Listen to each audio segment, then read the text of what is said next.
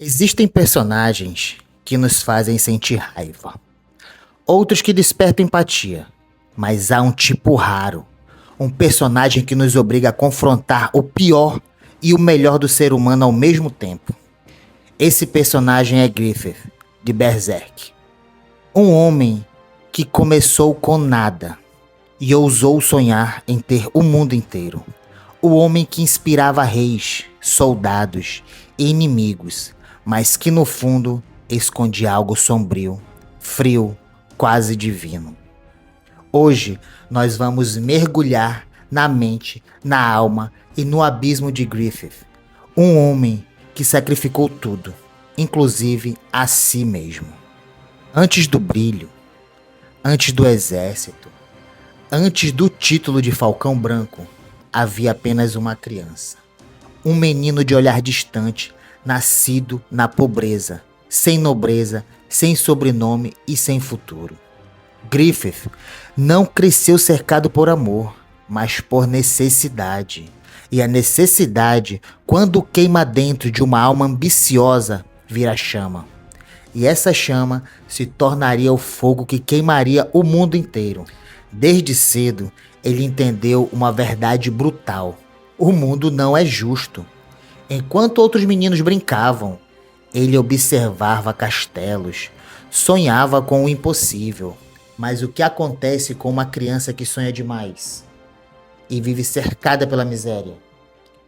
Ela cria um propósito. E o propósito de Griffith era um só: chegar ao topo. Não importava o preço. E o preço começou cedo. Ainda menino, ele foi violentado, vendido por aquele que deveria protegê-lo. Um trauma que selou sua alma para sempre. Ali, Griffith aprendeu o primeiro mandamento da sua filosofia.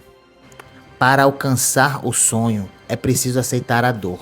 Ele não chorou, ele observou e prometeu a si mesmo que ninguém nunca mais o dominaria. Foi com essa ferida aberta que Griffith conheceu o campo de batalha. Com um olhar sereno e uma espada em mãos, ele começou a conquistar homem. Não pela força, mas pela presença. Ele era diferente. Havia algo quase celestial em sua postura. E quando fundou o Bando do Falcão, os guerreiros o seguiram como se seguissem o Messias. Guts, Casca, Judo, Kirkus, cada um encontrou nele algo que o mundo lhes havia negado. Propósito. Um propósito real de vida. Griffith falava de um sonho. E quando ele falava, até o vento parecia parar para ouvi-lo. Era impossível não acreditar. Mas havia algo perigoso em seu brilho.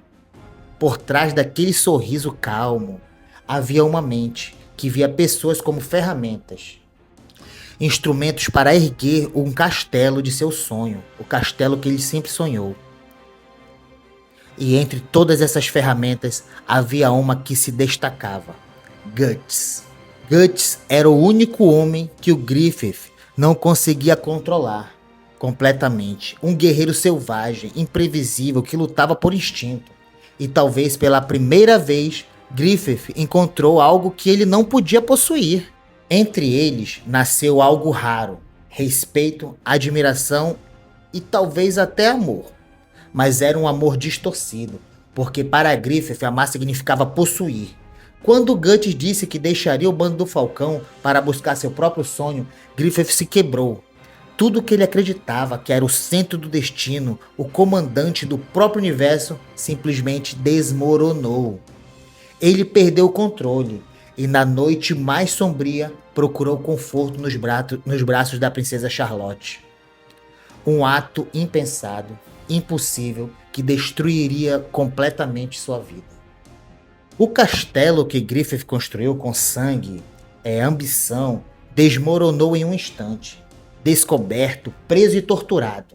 Sua língua foi cortada, suas pernas quebradas, sua beleza, aquilo que fazia dele quase um anjo, aquele ser angelical, foi arrancada pela podridão das masmorras. Durante um ano inteiro, ele viveu o inferno, sem voz, sem movimento e sem honra.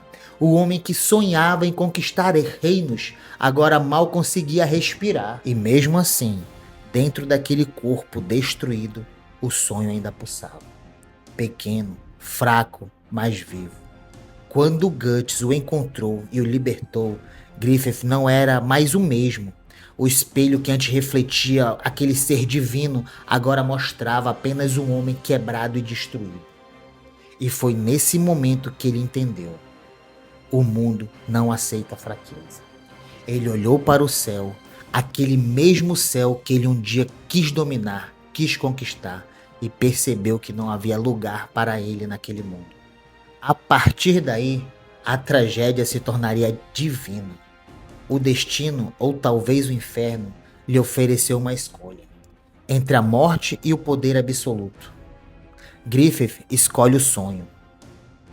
Ele aceita o Behelit, e o preço é impensável: sacrificar todos os seus companheiros, o bando do Falcão, aqueles que lutaram, sangraram e sorriram ao seu lado.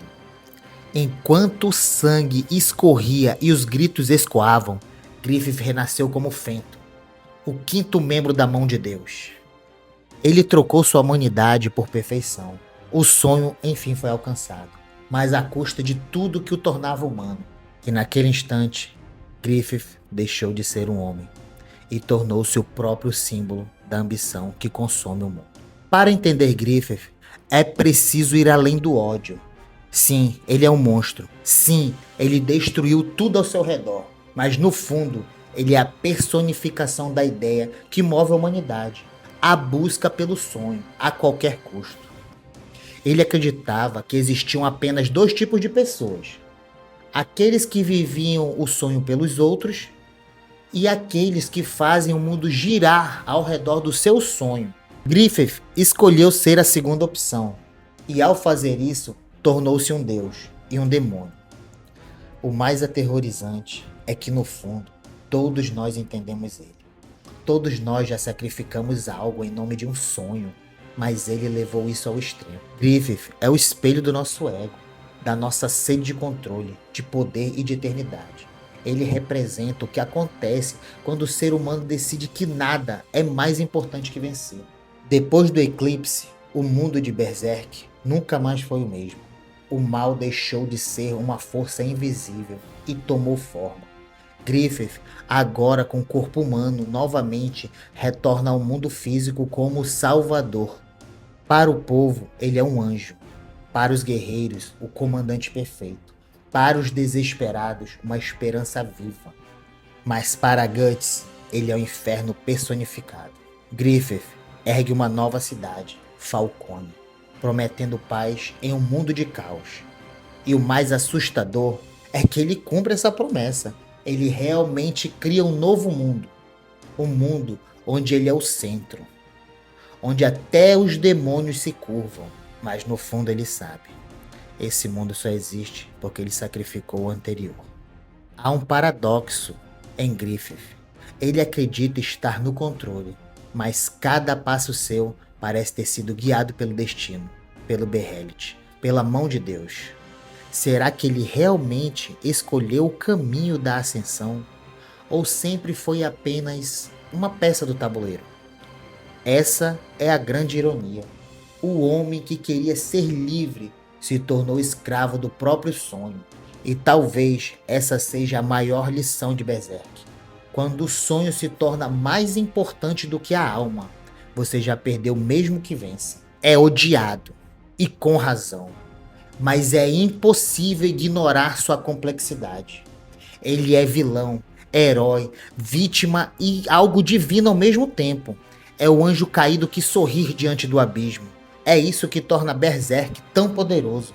A história não fala somente sobre monstros, mas também sobre humanos que escolhem ser monstros. A cada página, a cada episódio, o ódio que sentimos por ele se mistura com fascínio. Porque por mais que o condenemos, há uma parte de nós que entende o seu desejo. E isso é perturbador. Griffith alcançou tudo o que queria. Um império, poder absoluto e adoração. Mas o custo foi a sua humanidade. Ele nos faz perguntar: vale a pena sacrificar tudo em nome de um sonho? Talvez o verdadeiro inferno de Griffith não seja o que ele criou, mas o vazio que vem depois de conseguir tudo. E é por isso que no fim, Berserk não é apenas somente uma história de espadas e demônios. É uma reflexão sobre o preço da ambição, da dor e da alma humana. Griffith é o lembrete de que todos nós carregamos um Behelit dentro de nós, esperando o momento em que seremos testados. E quando esse momento chegar, o que você sacrificaria pelo seu sonho? Muito difícil, hein? Se você gostou desse vídeo, deixe o seu like, se inscreva no canal e continue comigo nessa jornada pelo lado mais sombrio da alma humana. Nos vemos no próximo vídeo. Um forte abraço e fiquem com Deus.